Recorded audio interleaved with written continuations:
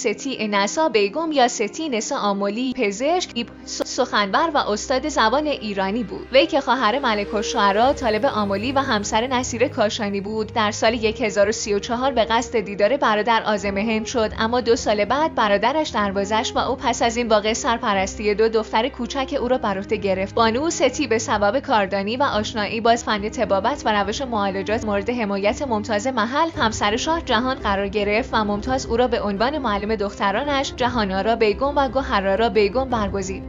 ستی توسط شاه جهان به عنوان صدر نات افسری منصوب و مسئول کمک‌های مالی به نیازمندان هندوستان شد. وی پس از دوره اندوه در غم درگذشته برادرزاده خود درگذشت. شاه جهان از مرگ او بسیار اندوهگین شد و برای تدارک تدفین او 10,000 روپیه داد. به دستور شاه جهان مقعد با شکوهی برای بانو ستی ساختند که 40,000 روپیه هزینه داشت. گنبد وی در تاج محل قرار دارد.